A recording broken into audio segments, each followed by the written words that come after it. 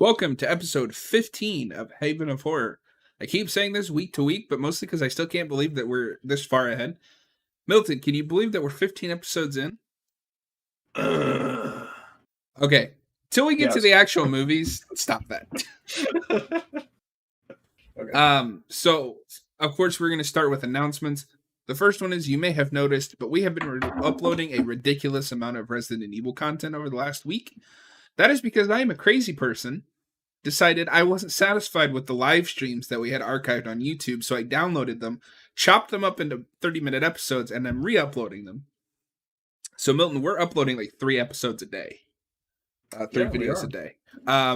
Just to let you guys know, that will not be the normal. I just wanted to get those all out before Village drops. John is just going in overdrive right now. Yeah, I just went into like an editing fury. So all of our Resident Evil 2, 3, and 7 video Let's Plays have been edited into episodes. I've renamed all of them because I didn't like the names. And they will be uploading 3 times a week up until Sunday, where the rest will finish uploading, and then Monday we will upload our first episode of Resident Evil Village. I'm so excited. The other announcement is Tuesday night at did we say 8:30? I thought we said 9. Okay, yeah. 9's fine. Tuesday at 9 p.m. Eastern Time, Milton and I will be discussing Buffy Season 2, continuing on with our discussion videos on that show. I'm so excited that we're on Season 2. It's not my favorite, but the actual story in that is some of my favorite stuff. And then, of course, we will start Season 3. And if we stay on this timetable that we have hit, in 2 weeks, we will do the Season 3 discussion, which I'm really excited for Milton to see, because I'm curious to see what he thinks of that. Let's see. Trying to think if there was anything else. I will disclose more information next Wednesday night, but next Wednesday will be our last Wednesday night show. I have a new job starting soon, and that means I'm going to have to be up at like 6:30 in the morning. Just like me. Just like Milton. And beforehand, as much as I hate to sound like a dick, Milton was the odd man out. So we had to kind of conform. He had to kind of conform to our schedule for the show.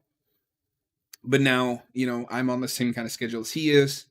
And with Austin not being here as much, we're looking at new times.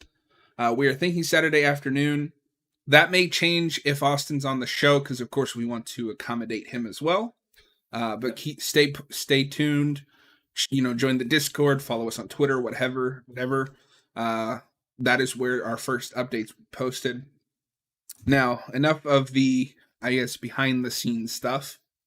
As you may have noticed from the title, we are discussing 2 films. Kind of a repeat of last week in quality. Kind of, to a certain degree, yeah. Yeah, thanks, Austin. Yeah, both of them involve vampires. A real vampire kind of mood with Buffy's spoiler cast and these 2 movies now. So well, and what's crazy is this first movie we're going to discuss came out just at almost the beginning of the peak of Buffy's popularity, because this movie is from 1998, which is when Season 2 was airing, and then Season 3 started. We are discussing Blade from 1998, starring Wesley Snipes and Chris Christopherson. So this movie is about Blade, who is the Daywalker. I believe his his human name is Eric Brooks or something like that. I wish I'd read more of the comics before watching this movie now, because I feel like I'm missing out on quite a bit. See, from what I've heard, this isn't very close to the comics at all, but I don't know for sure. But this is obviously the first real successful Marvel property adapted to the big screen. It was rated R. It came out in 1998. I believe this movie was really successful at the time. But Wesley Snipes plays Blade, who is basically half vampire, half human. They don't come out and say that directly, but the way they describe it is he has all of their strengths and none of their weaknesses. I don't know if I would say none of their all of their strengths when he ages as like a normal human, and they don't. but whatever. That's nitpicking. Mhm. And he discovers that there is a plot to summon an elder vampire god by this guy that he's been hunting. Eric Frost. No, something Frost. My mind just like went blank. Deacon Frost, I Deacon think. Frost. That's it. Yeah. Deacon Frost. Yeah. It's all jumbled together. And so he has to stop them with the help of his watcher, for lack of a better term, played by Chris Christopherson, watcher / adopted father figure, and a random blood specialist he happens to rescue at a hospital, played by a hematologist, played by her name is Karen Jensen. The actor's name is I looked it up before and I wasn't sure how to pronounce it. Bush Right. Right. We don't know how to pronounce it, so we apologize. Sorry, we're dumb Americans. We apologize. Yeah, mostly Milton, but So We are Milton, tell Americans. us a little bit about your thoughts and opinions on Blade. Well, it's a movie about people being cool and wearing sunglasses indoors. But it also has a lot of great action stuff as well. It has Wesley Snipes plays a pretty good lead. We're into the late 90s where like 90s trends, fashion and sentiments are like in full swing. So we definitely get a bit of that sort of thing going on. I don't care. That's awesome. Like, yeah, it's there's a lot of 90s cheese in this movie, but I like it. it's I really earnest do. about its cheese. Like, Yes. okay, so not to tip my hand too early, but I have to compare this to Underworld for a second. Well, I mean, we were watching them both, so it's understandable. Yeah. So this movie embraces its cheese. Like, it relishes in it, and it knows exactly what it is. Underworld is trying so hard to be cool and like edgy, and it fails at every level because everything is stupid. And we'll get into more of that later. And we'll get into that more of that, but I just wanted to compare that because this movie is effortlessly doing what Underworld is trying so hard to do. Also, hey Milton, did you know that some motherfuckers are always trying to ice skate uphill? I know, right? It's such a problem. I don't know what that means, but it's awesome. It's something about like you can't. It's like they're trying to do something that they shouldn't try to be doing. Like it's a very convoluted way to say. I'm gonna get into the. I'm gonna see who wrote this film. Written by David S. Goyer. Yeah, it's same guy who did like Nick Fury, Agent of Shield.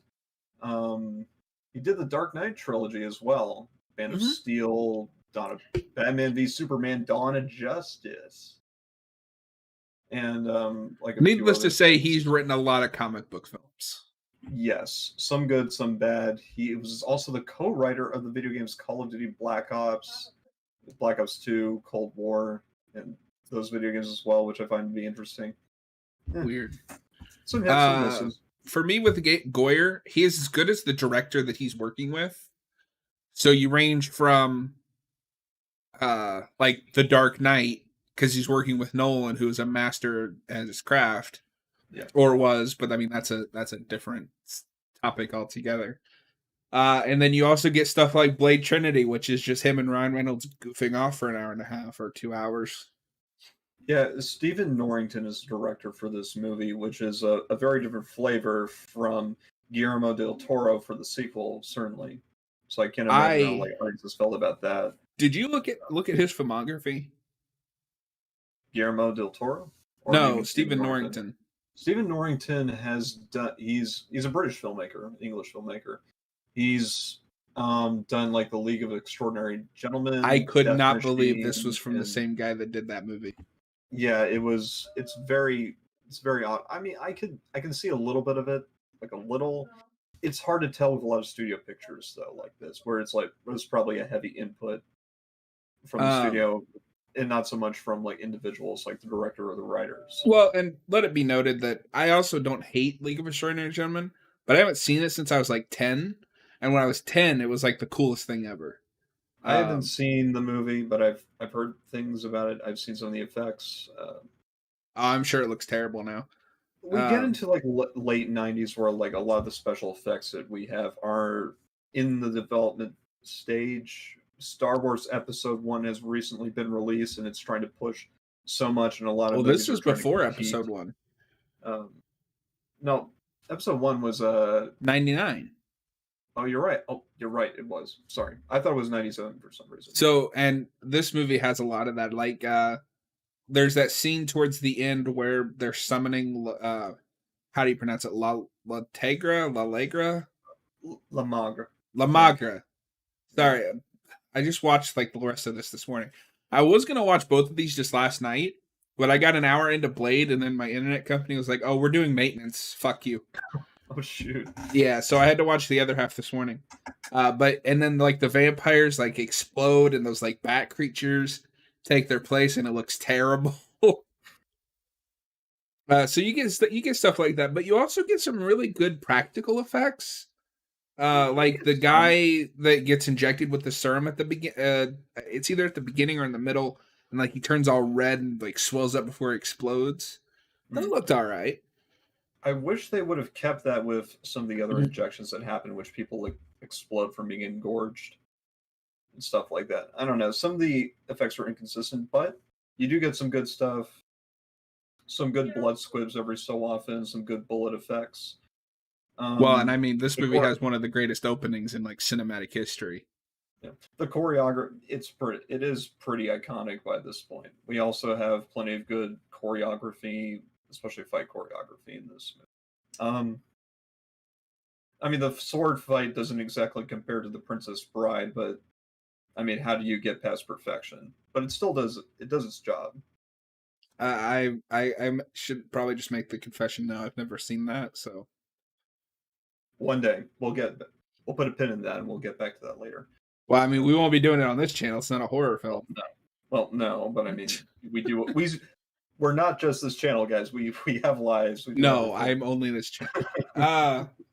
But yeah, so I haven't seen this movie in years. I remember 2 a lot more than I did this one because I think 2 is one of the best like comic book films of its decade. things. Most underrated too. Like everybody talks about Spider-Man 2 and X-Men 2 and things like that, but like Blade 2 was legitimately great. I can't wait to watch a sequel at some point. It makes there are issues with this film. I think it's a little rough in places, but it's a good lead into the next movie. I think it makes me Yeah. look forward to what's going. Well, and 2 is not only a step up in just like I think script, but also you go from the guy who directed League of Extraordinary Gentlemen to Guillermo. I always do this. Guillermo del Toro. Yeah, him. And he obviously has a very big interest in vampires. And not to give it Religious horror in too general. much away, but he creates a new race of vampires for that film in this universe. Hmm. Wait, have you never seen Blade 2? No, dude, I've never even seen Blade One before. This is a new experience for me. Oh, okay. I'm excited to get to that then.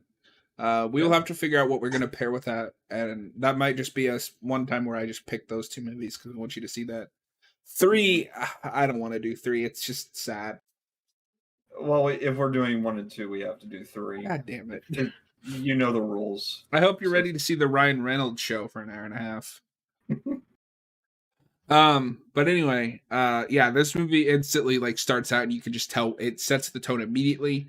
It's got this it's not my style of music normally, but it's got this really cool like club dance tempo, and this guy is like lured in there by a woman who obviously he's trying to have sex with, but then they she's have huh? Oh, sorry. Go ahead. But then it turns out that she's a vampire, and like blood starts pouring out from the water sprinkler system, and then Blade shows up, and it's awesome. And I mean that unironically awesome. It is. I mean, you get into '90s cheese there as well, but like towards like the very end. But aside from that, it really is a pretty cool scene. It's very interesting to see that there is a underground club like right underneath like a like a butcher shop. That is very interesting, I would say.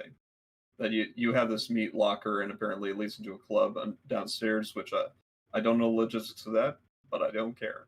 Well, see, I'm gonna So say that does make sense because that might be where they're getting the blood from. I suppose. Because one of the underlying themes of this movie is obviously it's not like super deep or anything, don't get me wrong, No. but it does But it has touch a some little themes. on classism because obviously the main antagonist, Deacon Frost, is a half breed and he is rallying against the people who are born vampires. Which I don't know how that works, by the way. Uh, Yeah, and trying to lead I'm them into a new age where they're not ruled by the old, like out of I'm guess touch. yeah. I'm guessing vampires are reproducing with other vampires, and that's how you get purebloods, I guess. They never But then explain it. like why would I guess it makes sense that they would be less common than the ones that they turn, considering turning people I imagine is a lot easier, Mhm. a lot faster. But Well, it seems like in this universe, it like because the hematologist, I probably just butchered that. no, you got it right. Josh says Blade 2 is a miracle. It is good. Del Toro has said he doesn't understand Blade, but wanted to prove he could do action and also do that vampire idea he had before getting the job. Oh, Yep. interesting. For someone who doesn't understand Blade, he made the best Blade movie. Like, Well, we haven't had a lot of great competition yet. We have like this good run of movies, except for three, and then we don't really have much else other than him showing up occasionally in some animated properties. Like the '90s Spider-Man, he shows up like briefly, but it's not the best version of Blade that we could get. yeah, they Marvel really hasn't capitalized on him or whoever had the rights. Because I feel like Marvel just got the rights back, and that's why they're rebooting it. Yeah, we've been hearing for a while, like ever since the Netflix series with Daredevil, that there was like a potential Blade script in the works, and it's been happening for a while. But I guess finally we can actually get it off the ground. I guess I would prefer a Netflix like series over like an MCU title personally. Yeah, well, I and think I I'll think touch Blade, on that here in a few yeah, minutes at the end because I definitely have thoughts on that. But yeah, like I said, not super deep, but it does touch a little bit on classism, and it's obviously a yeah, almost a metaphor for like the rich versus the poor. You have like the hybrid, the pure blooded vampires, and then this half breed is rallying people against them. yeah. And Um, if it was ever not obvious to the folks, you have the old vampires and the young vampires, and the young vampires kill the old do vampires. you get it? Yeah, but of course you got to wonder why is everyone in the Vampire Council so old? Aren't they supposed to be immortal? But No, hey, they are not. we go No, along with the theme. no, hang on, No, because really, they they're not. explain this. Oh, Vampires in this age slowly, but they still age. oh, Chris Christopherson has a line about it. gotcha. I must have missed that. No, it's good. It's just like I usually would think that vampires though would be immortal though, because that's the general appeal. I would think. so. This is less fantasy based and more science fiction based because the way that they describe it and the way they portray it is this is a virus, not like an Right, immortal curse. Because right, Chris Christopherson's character Whistler, who is great in this movie, by the way, uh, but he says crosses do not hurt them. Has to be silver, steaks, or garlic, and like he explains that garlic won't kill them, but it will send them into anaphylactic shock. So it's like an allergic reaction. right. The blood doctor lady even says it's like a virus. I can treat it if you've just been turned, but I don't know if this will how it will affect Blade because he was turned in the womb. Yeah, So this isn't a classic like fantasy vampire. This is very much a pseudoscience science fiction vampire. yeah, Which now that I'm thinking about it makes sense because they carry that into Blade 2 a little bit. mm, But it's interesting because they went that route. Meanwhile, you have Buffy on the air, because all things lead back to Buffy on this channel, apparently. Yeah. Which is very much the old school fantasy Yep. immortal demon vampire. They're definitely a lot more into the demon bent, I would say, than perhaps even classic vampires are. Well, when I say classic, just all the old, crosses, stakes, holy Right. water. Oh yeah, no, I get you. But yeah, and then it also shows in this universe, all it takes is one bite and the process begins. And then let's see, we covered like the virus and everything. My mind just went like.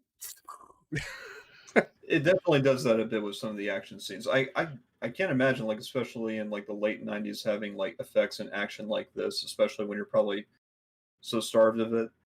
Like, Well, before this movie in the Marvel lineup here, we've had 1990, like 1944 with Captain America, Howard the Duck in 1986, The Punisher in 1989, which can fill some of that action craze for comics, but doesn't do a whole lot. It's it's very it wasn't that successful. Captain America in 1990 which is a joke of a film. The 1994 Fantastic Four, and then you finally get to Blade. It's definitely a huge leap in action quality, I would say, for comic book films. well, and what's interesting is you mentioned earlier, this is a very '90s looking film. This is also a year before The Matrix. Yeah. Like, this movie was important. Not only for Marvel, but just '90s films, I think, in general. Like, this set a tone. And it's a tone I kind of miss. Like, I like the MCU, but I miss there's a there's like grittiness a to raw, this. yeah, like a raw, unpolished but very earnest feel to it that is endearing. It's Yeah. like it's not perfect, but at least it allows for it to explore itself, and you can like it. Whereas you have like a lot more clean and polished and clear cut, like this is the formula we're going to use, and we're not really going to stray from this formula too much, and it kind of gets a bit samey after a while. Not Yeah. with this movie. This movie kind of goes in bit directions, gets into a bit of mess every so often, but when it's good, it's good. You know what else was funny about this movie? I don't know if you were What? watching the credits at the beginning, but this was released by New Line Cinema. Oh, I know. Yep. This was a Marvel movie released by Warner Brothers. I know, which is crazy, especially considering the Marvel versus DC thing. For any But of you who are not aware, Warner Brothers is the owner of DC, which is Marvel's direct competitor in the comics and somewhat film. So to have a Marvel movie released by the same studio that owns DC nowadays would be unheard of. yeah, definitely. Um, Eventually, I guess what did the rights like go to Fox with the Blade series? Probably, I feel like Fox had quite a few of those characters because they had like Daredevil. I think they were the ones with Punisher and a couple others, but all they did was like pump out X-Men movies, and then every like 10 years they'd try to do the Fantastic Four again. Yeah, I mean, New Line Cinema held the Blade rights all the way to Trinity, but of course, after Trinity, I mean, who wants to use Blade anymore? Apparently, so. Well, we will have to do an episode on Blade Trinity because that whole movie is fascinating just from a production standpoint. Yeah. But yeah. Yeah. Like, this is just a really simple like action flick with a leading man that is instantly likable. Like, he's not only got that cool like I'm a badass like look to him, which he's great at, he's also really funny. Cause my one of my favorite scenes is towards the beginning when he's rescuing the doctor lady and the cop shoots him and he just looks at his vest like, motherfucker, are you for real? Yeah. Oh, Josh also says Captain America was also almost a Warner Brothers film. That's very true as well. That's fascinating. I think Warner Brothers dodged a huge bullet with that one. Well, yeah, I mean, Even like a for the Rocky 5. 90s, that's a bad movie. Oh, it's a terrible. It's laughably bad in some cases and boring in others. Yeah, you ever want to see like Captain America just steal a car like twice? Oh, I know. Like, can somebody I've pull never over? seen it, but it's one of those movies I've seen enough videos on to feel like I've seen the film. Yeah, Um yeah, Marvel was not doing great in the 90s, but like no. everyone credits Spider-Man from 2002 for kind of revitalizing interest in the superhero films. I think that is true, and I don't want to take that away from that movie. But I think people underestimate how much Blade helped.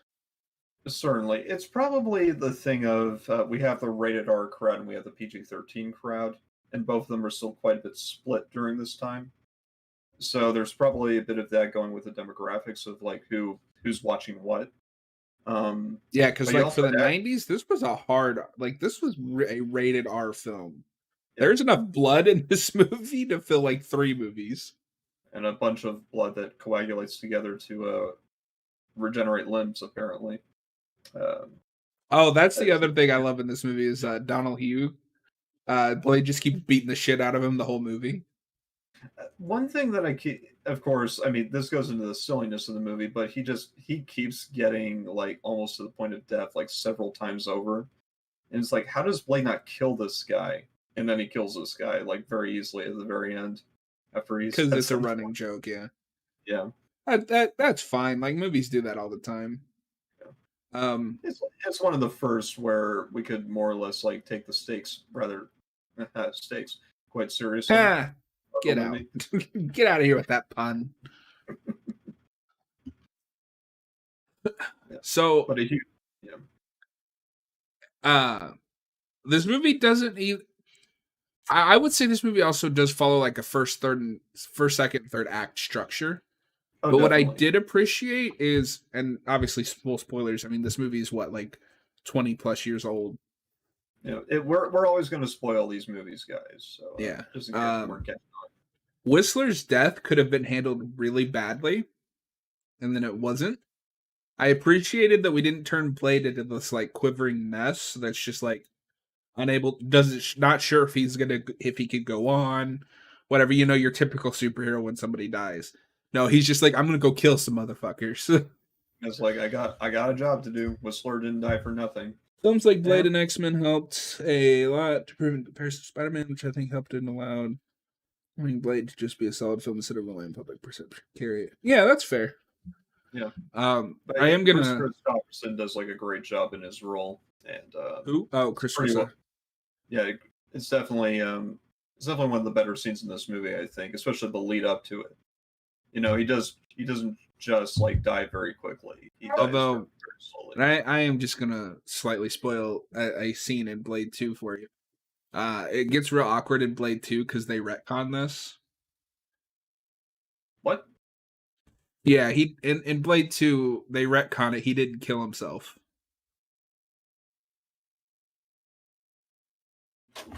What he missed?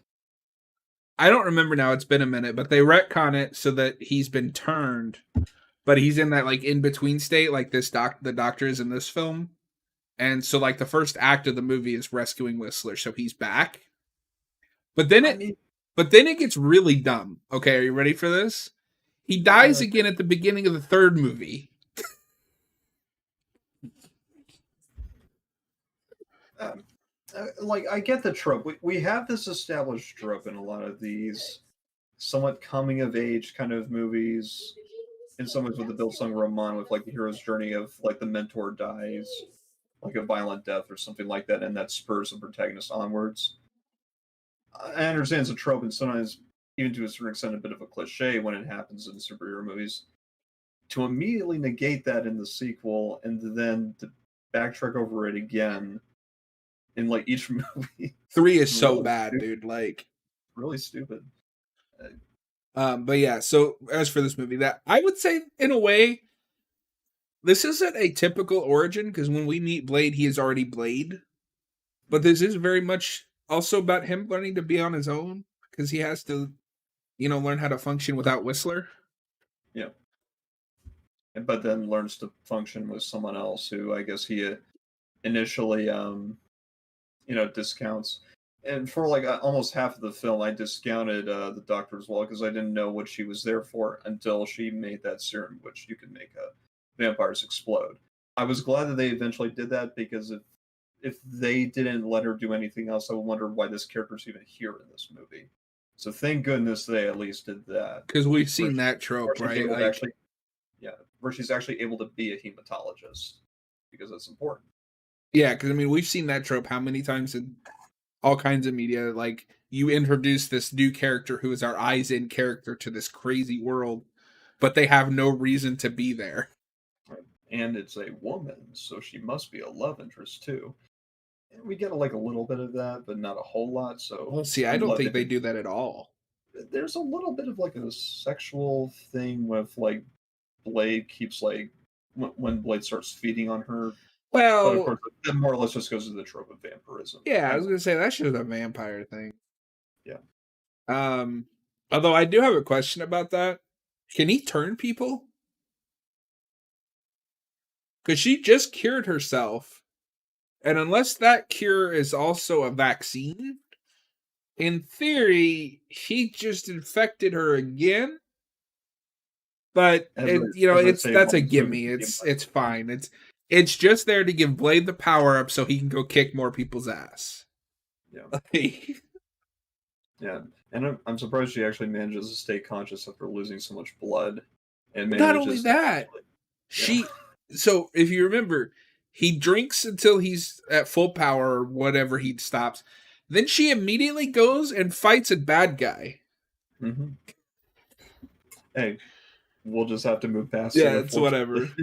None of these are actual complaints because this movie from the get go is stupid, but it's the kind of stupid where you don't have to criticize it because it's fun. And the movie understands its own cheese as well. Yeah, it's So not trying to be like the Citizen Kane of vampire films. it's not trying to be pretentious. It's just trying to be an action movie with like some themes here and there. And Wesley Snipes helps a lot on that. Like, he is instantly just likable and he has a presence.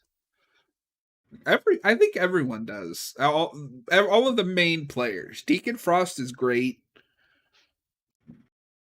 Deacon The, Frost is interesting. I feel like he could have been a little bit better, but for what he's played for this movie, he does what he needs to do to be a compelling enough villain, I would think. if I had to change one thing, and this is just a personal like peeve of mine, I hate this when superhero films do it. I hate the whole "I'm the bad guy and I created you" thing. And we do get into that. We also get into the thing where like Blade's mother reappears, and it's so convoluted to try to justify that sort of thing. I feel like we could have done without that, and it still would have See, been a fine movie. I'm more okay with that. Well, okay, it's complicated because I hate that we did the whole "you've been looking this whole time for your mother's killer, but I'm right here." But if we have to do the "I'm your first big villain and I'm the one who created you," the Batman Joker thing, then it's fine that his mom is there because they established before she even shows up that Deacon knows everything about Blade. So if he does, and he obviously has the resources to track her down if he doesn't already know where she is, because he has the resources to take on the like vampire council, whatever you want to call it. So Yeah. it's like, yeah, that's fine. And it gives us a nice like emotional moment that humanizes Blade a little bit because he hesitates when he's faced with, do I kill my mom? Oh, Josh has more to say. Films like Blade and X Men had a lot to prove in comparison to Spider Man, which I think helped in allowing Blade to just be a solid film instead of relying on public perception to carry it. That's Yeah, fair. for sure. That's a I fair thought point. I read that out. Sorry, Josh. Um, But yeah, it's some things don't quite click. Sometimes when the film tries to be a bit more dramatic, sometimes, but it still makes up a bit in the action scene, which is definitely supposed to be much more the focus. well, and like I And mentioned, I think the only dramatic scene that really works for me is Whistler's death yeah, because they those two have good chemistry. And Snipes plays it in a way that, like, you can tell he's forcing himself to be stoic. Stoic. I can't speak English. I'm sorry. But he's obviously in pain over this. But we don't dwell on it. Yeah, which is good because we don't want too much melodrama in this action-heavy movie. If I want melodrama, I'll go watch Buffy. Yeah, and I like the creative action at the climactic battle. The way that he has to. The moment I was thinking of, wait, Blade, what about the serum? Immediately, the film like answered me and said, "That's where the serum is." And of course, he has to creatively, use his actual blade as a means for like, getting the serum into his hands. I do wonder sometimes about why the blade like does the retractable, you know, finger trap, like hand trap things. Sometimes I'm not quite sure when it's supposed to activate and when it isn't. I think it's I think it's just a security thing, right? Like if somebody picks it up who's not Blade. Well, yeah, that's supposed to be the case, but sometimes it isn't because sometimes the doctor uses it and it doesn't get her all the time, Well, especially but when she's she not a gets, vampire. well, initially she did try to use the blade when Oh, she comes to, and then it activates. But then the train scene it doesn't. huh. And another vampire, like after it like takes off the guy's hand, like later on in the scene he carries a blade, but he doesn't use it. It doesn't seem quite consistent. So I'm wondering if it's a different principle. Maybe it's on a timer or something like that. I'm not sure. It just got a cooldown. Jeez, man. Maybe. Okay, so we've went on, I think, quite a bit about Blade. I've pretty much exhausted everything I have to say about the film. Oh, I got one more thing to say. So Stephen Norrington actually portrayed Michael Morbius in this movie. Do you know why we don't see him? Yeah, because it was cut. Yep. So not having Morbius for a while, guys. Sorry. You have to wait until present day for any hope for that sort of thing. Well, and you know what really sucks too? Oh, I'm glad you said that because that is the last thing I did want to touch about. I forgot. What sucks is because of the rights thing, we're still not going to get Morbius in a Blade film. But I have to admit, after rewatching this, my excitement for the Blade reboot has dropped considerably because I have a bad feel. I know for one thing, it is not going to be like this. Like No. Marvel is not going to release this movie. I'm really afraid it is going to be a watered down, just generic like I'm action guy. Yeah, we had the thing of like, if I remember, like Black Panther, especially with a lot of people saying that this was like an important moment in movie history of like the first black superhero, I kept thinking, what about Wesley Snipes? Because this movie had a great impact, I think, on the movie industry, and his presence was important, his performance was important. Are we just going to forget about that? A lot of people have, and it really bothers me because this movie's better than Black Panther. I'm sorry, but it is. It's more entertaining than Black Panther, I would say. Black Panther has moments. I don't know if it does a whole Black lot for me. Panther has more going on in the script itself, but I think at least in terms of like thematic juxtaposition and all that shit. But if you ask me, being an entertaining film is more important. And Black Panther is the definition of mediocre. This movie is really good. It might be a bit harsh on Black Panther. Point is, we regard this film Yeah, first. feel free to attack me in the comments when after the video. Nah. It's YouTube, you know. Yeah. Or if you're listening after the fact, please feel free to follow me on Twitter at Haven of Horror. Send me all the hate mail you want. I welcome it. I don't care. I don't like Black Panther all that much. Yeah, no press is bad press. But anyway, so yeah, I don't know what to expect of this MCU film because either it's just gonna be like a PG-13 remake of this film, and they're just gonna do like, oh, it's Deacon Frost again. Because I really don't know much about Blade's like comic book villains other than Morbius, and we know it's not gonna be Morbius because Sony is a dick. Um, I can't bring myself to get excited about that. Other than I like the actor who's playing Blade. If you guys haven't seen Luke Cage, he's the best part of Luke Cage season 1. I want to hold out hope, like especially when the Netflix series was airing and there was news of a Blaze group, we could have done something with edge to it, like Daredevil. If it had But been now on I Netflix, I would have been interested.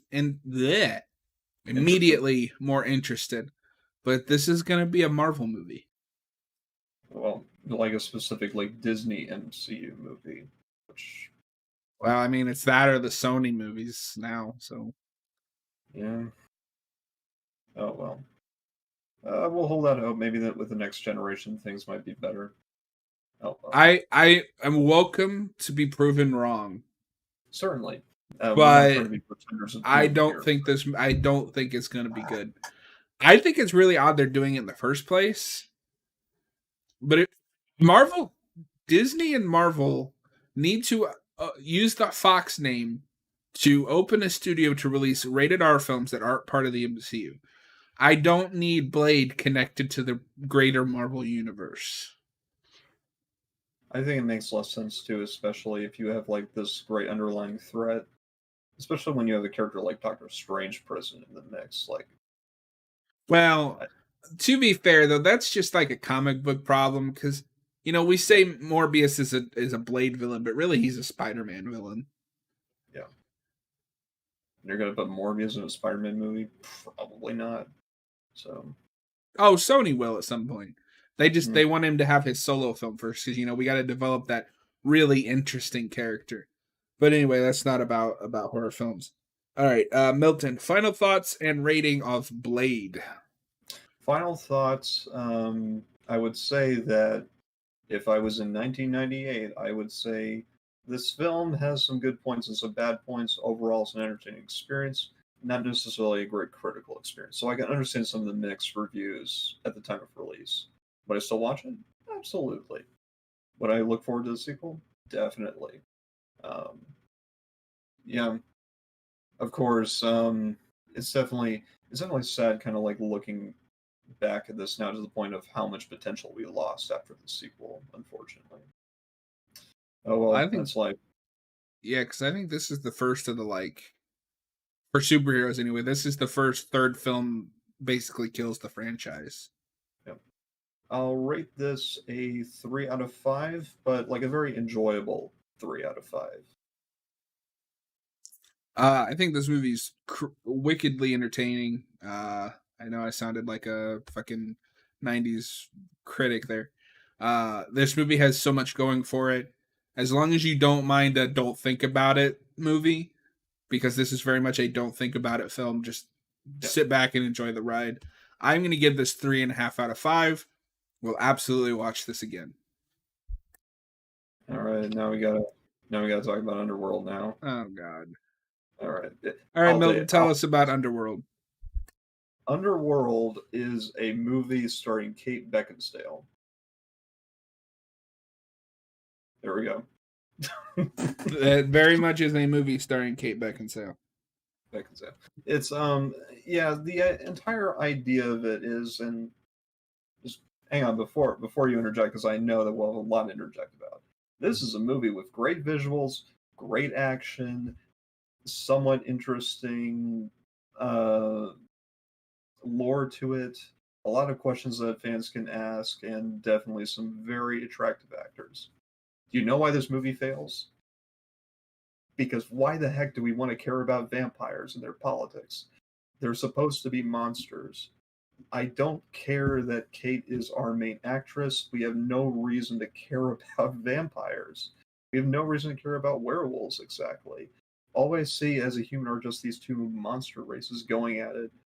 Why do I feel like I want to empathize with these characters? They're all bad people. I'm assuming that what's her name? Who does Kate actually play? Was the name of her character? Celine. I'm assuming Celine has probably killed a lot of like innocent people. She's a vampire.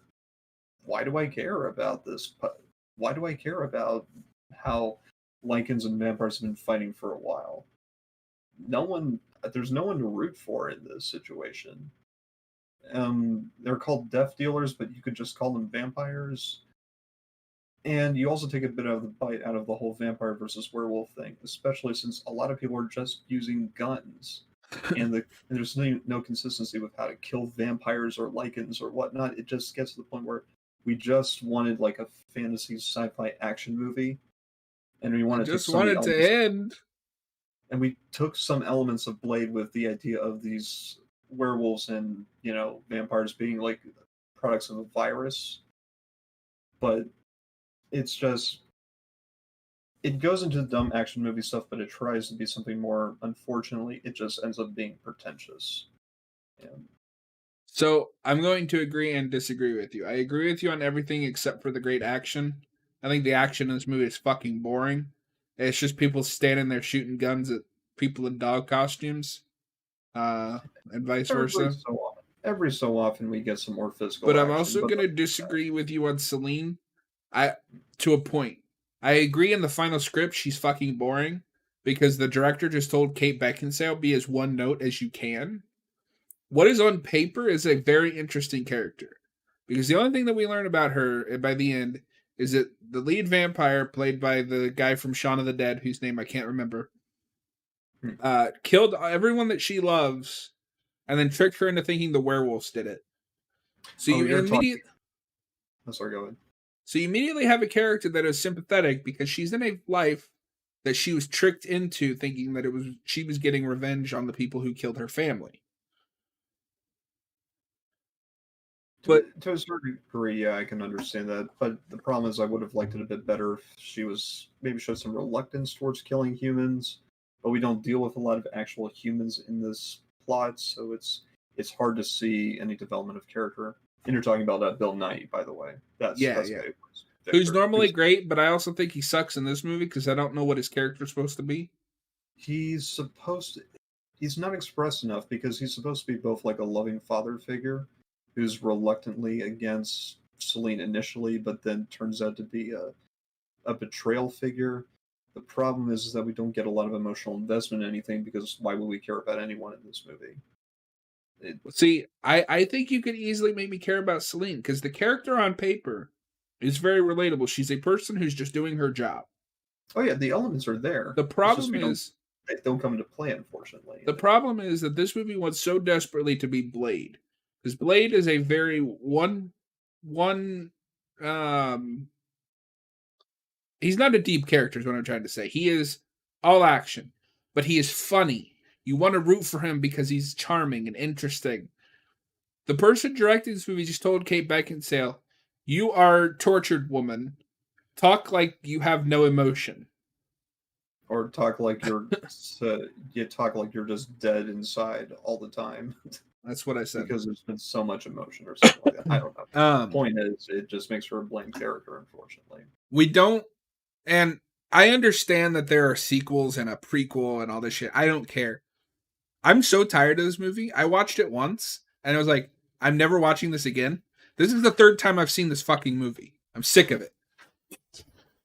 What? How'd you get into it the second time?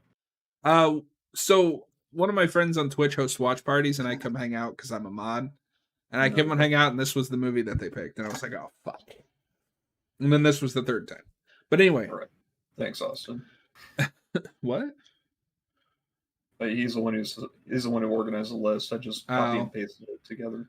It's whatever. Whatever. But anyway, because so the only motivation that we get for this war is that old vampire man is a racist who hates werewolves and won't stand by his daughter falling in love with a werewolf. And like I said, this is only in this film. I haven't seen the sequels. I don't care. I'll probably have to watch them at some point to review them because I'm a crazy person that started this channel. I didn't realize what I was getting myself into, but it's fine. So he commits, I don't want to say genocide, but an atrocity. I guess genocide would be fair. It's more or less the extinction of like an entire race is like his idea. And kills a whole bunch of werewolves and his own daughter for reasons. The movie tries to explain it because he's like a pure blood, like he's an old school guy. Yeah, but the thing is, of course, that the entire idea of the genealogy is there were like essentially three sons coming off of one guy who kind of was like immortal or something like that, but who knows where he is one son became like father of vampires, one father of werewolves, and the others humans that have the trait but aren't either. And I know they brushed out past all of that in like a line of dialogue. yeah, Something bitten by a bat, someone got bitten by a dog or wolf or something. yeah, crazy doctor guy who But they essentially give just us no backstory for this guy or how he got to be this way. He is just racist. I don't. What would it be? Speciesist? Speciesist? xenophobic. He's just xenophobic because the plot requires him to be, because we have to have a war. Yeah, And in the middle of this, everything in this movie is a fucking cliche. So you have the vampire and werewolf war. Sure, whatever. But then you have Celine meets random doctor guy, which is also just like Blade. Random doctor guy gets bitten by a werewolf, and then later injected with, and then later by a vampire. So he's a hybrid now. And because the plot wills it, vampire lady falls in love with hybrid man, and they run away. yeah. Weird thing also, apparently it took Kate Beckinsale like a second for her to realize that the guy she was with got bit, even though it should have been really obvious from the get-go just after she had to literally pull the guy off of a werewolf. Well, that was also funny because not only is it not just a second, because what happens if you remember is blonde vampire lady is like, "Hey, that guy is bitten," and Kate Beckinsale's like, "I don't believe you." It's like he was unconscious for like a while though. You had a time to examine him, but even then, when you were in the car, you saw the blood on his shoulder that wasn't yours. So what's going on here? Why are you so Well, unobservant? that's, and I don't know if I can even complain about that because it's consistent with the vampires. Because when Celine figures out the conspiracy, which is also the most typical thing you can imagine, it's Hmm. the guy that's been a dick to her the whole time actually plotted with the werewolves to make ancient guy think that the werewolves were extinct because he wants to be ancient controlly guy. Yeah. She goes to ancient guy and he's like, "I don't believe you. Everything you sent me was all jumbled." Well, there's also the idea of like weird politics of like some of us have to sleep at some point, even though we're immortal. So what's the freaking point? Why can't we all just be all awake all the time? Why do we have to put up this convoluted thing of we're asleep for a while just to shift power around? I don't get it. Well, okay, Very so weird. I'm gonna give it that one because I think it might be like, it might be that thing that some vampires do when you get to a certain age, you have to rejuvenate your body because if you notice at the beginning of the film when he wakes up, he's in this. I will give the movie props for this. His design when he first wakes up and he's kind of like all rotted and like That gray. is really It cool. looks I'll really agree. cool. But if you notice, once he's woken up and starts to rejuvenate, he looks like a normal guy again. Yeah. So it also might be something they don't explain in this politics where it's like a balance of power, right? Like I'm in charge for so long and then I will go away so that you can lead. I guess I'd just be curious to see what. Oh, you talk about cliche. You have a guy named Craven who's a coward. That's like a really on the nose kind of thing there. Um, Why don't you go watch the third film, which is a prequel, and let us know what that's about? no, not unless we're doing an episode on it. There's really not a whole lot to talk about. I mean, I like some of the action, but of course it is like let's just show style and slow mo just for its own sake, which gets a little obnoxious at times, unfortunately. This Um, is like if Blade was written by somebody worse than Goyer, which I didn't know was possible with how hit and miss Goyer is. After The Matrix came out, and it's like, let's fuse The Matrix with Blade, but we don't know how to write a script, so we're just gonna plug in for formula here. yeah, um, we get better effects. It's 2003, not 1998. But I even don't know. then, sometimes we don't. I lost it at the scene where Werewolf Man, Kate's love interest, starts turning and it like zooms in on what I guess is his arteries. That is a little odd. I guess he was just growing extra rib bones or something like that. I'm not I really couldn't tell sure. what was going on. My favorite thing about that scene though is he's in the cop car, and I guess the cops are in on it. Either they're werewolves or they're working for the werewolves. Something like Um, that. I'm surprised that humans don't have as much presence as they should, honestly, considering there should be a lot of them. but he I don't starts know. turning, and the cop's like, "Shit, he's not gonna make it. I better turn up this generic heavy metal as loud as I can." Oh yeah, this film is like teenage, like written all over it. Just in not just in the soundtrack, but also just in the look and everything. Everything's color corrected to make it look dark and gloomy with dark blues and grays. Which I dig this movie's color scheme. I just wish that was better written or acted. Yeah, And you know what? Maybe a sequel would be better. Maybe it's that like first movie we got to get all the shit out of the way, and then here's the real story. But like, fuck, I hate this movie, dude. it's definitely not an inspiring take. It doesn't really inspire you to keep going forward. It's just like There's one interesting 5 of oddity. these Yeah, it's or like the Resident 6. Evil series or something like that. Whereas like we have these movies to keep like Kate Beckinsale employed or something. Which isn't she like a really good actress? What is she doing shit like this for? I don't know. What is it like? Her husband is like the director or something like that. Oh, is it a No, Resident Evil situation? I think it is. Yeah. Danny McBride is one of the creators of it. What? Like Yeah, the Danny McBride Daniel Flynn McBride. guy who helped create Halloween 2018. Um, I'm gonna look up his IMDb just to be sure. They say Danny McBride in the credits.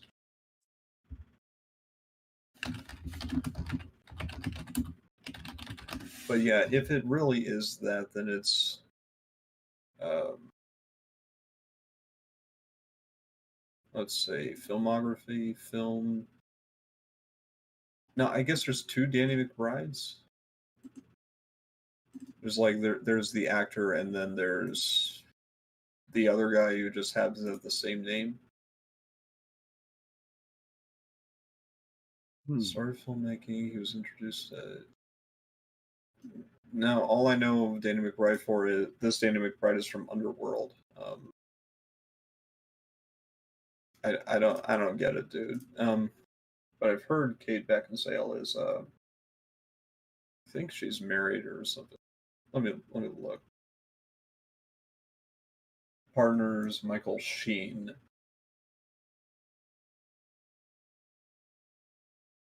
It's weird with what some of the research goes into, but I'm fairly sure she's in cahoots with like personal life or something. Yes, yeah. Michael Sheen and Kate Beckinsale are married. Huh. That's fascinating because Well, the I other know. big like horror I'm not franchise at sure. the time was of course Resident Evil, which is another case of I'm going to put my wife in it and she's going to be the main character and you better like her. But yeah, they got married in 2004 and more or less fell in love on the set of Underworld. Just kept doing it, but then of course, as you know, Skip doing it. Hollywood relationships go, of course, it doesn't last. So, That was a very poor choice of words. whatever. This is a very poor choice of movie. Yeah. Every I feel like we spent most of the episode talking about Blade, but I really don't have much else to say about this other than I hate it. There's not a whole lot. It's at least it's not Twilight. Yeah, but I mean that's like That's kicking a dead body. yeah. There's my praise for this film. At least it's not Twilight. Oh man. So I'm going to say I will never watch this again, but it somehow keeps managing to find me. So, but my official rating is I will never watch this again. I'm gonna give it a 1 star. I don't know if it's that bad. I would say maybe a 2 out of 5 because at least some of the actors are attractive people. That's where the At one least star comes in. we get guns. I'm giving it a 1/2 star for the attractive Kate Beckinsale. She's fucking hot. and then another half star for like the look of the film, the cinematography, and all that. But everything else is just like, oh my god, it's mind-numbingly stupid. Yeah, it's definitely a film where you can't really bank on that many themes, so you have to think. So you're just let to think, just to try to keep your attention on it. So there's two things with this movie. One, it's too fucking long. This movie does not need to be over 2 hours long. Yeah, I don't mind a shallow movie. One of my favorite movies of all time is Jason X, and that's just guy in a hockey mask on a spaceship killing people. but at least it's like an hour and a half or But so. it's only an hour and a half, and it's entertaining.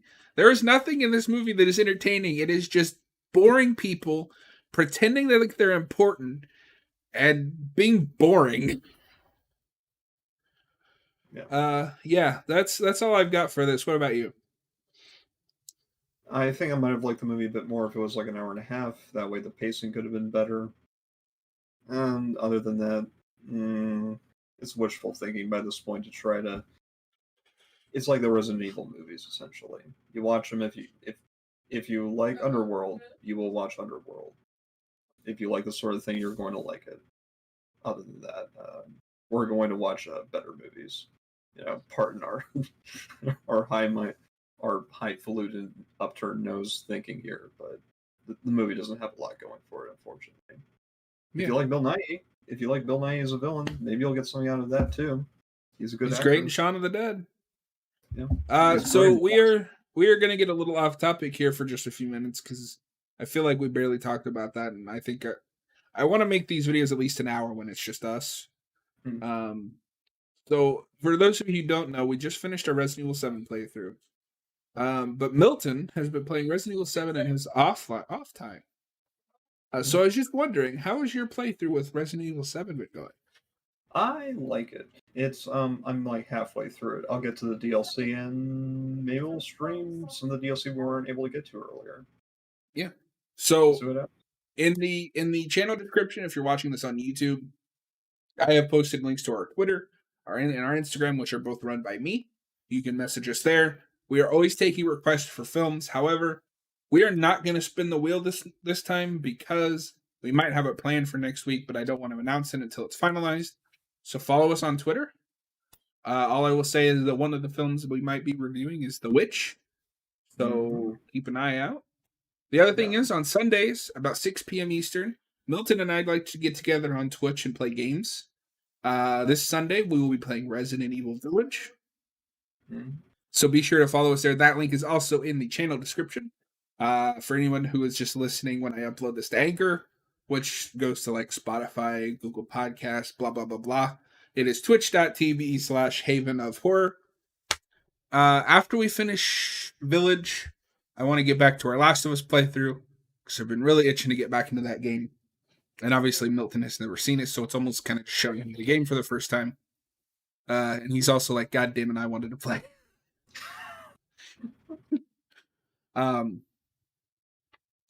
Yeah. And then once we finish Last of Us, and I just want to finish that because it's like left unfinished and it's driving me nuts. Then we can look at something that you can play and I can just sit here and We'll figure something out. But yeah, obviously I want you to do more than just sit there and stare at me fail at video games. But yeah, guys, Tuesday night, 9 p.m. Don't forget Buffy season 2.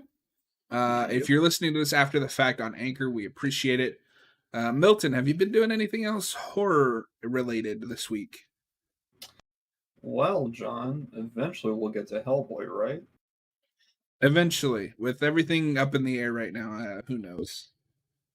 Other than that, I can't think of anything. I guess in some unrelated news, apparently an actor died today. Frank McRae dead at 80 today from Last Action Hero and Batteries Not Included. I'm not sure why that's on horror, that's circulating on the horror news bracket, but yeah, it's sad. Rest in peace, sir. Absolutely. Well, guys, I think we are going to call it there. We went about an hour, I think, overall. Obviously, this was kind of a one-sided discussion because because of honestly, Underworld sucks and there just wasn't much to say. If you're a fan of that movie, all the power to you. I'm glad that you like it. I couldn't stand it. Because this is the third time I'm watching. I'm just done with that fucking movie. Okay, I'm done with it. But we will be back Sunday, 6 p.m. Haven of Horror on Twitch, Resident Evil Village. I can't wait. I will be playing it on my personal channel as well, Subject879 on Twitch. I'll be playing that tomorrow if any of you want to stop by. Kind of learning the game that way. We're not learning it on the channel because that's a bitch to edit. But yeah, guys, check out the Let's Plays for Resident Evil 2, 3, and 7. Eventually, we'll get back to 4 as well. We appreciate you guys for watching. Have a great night.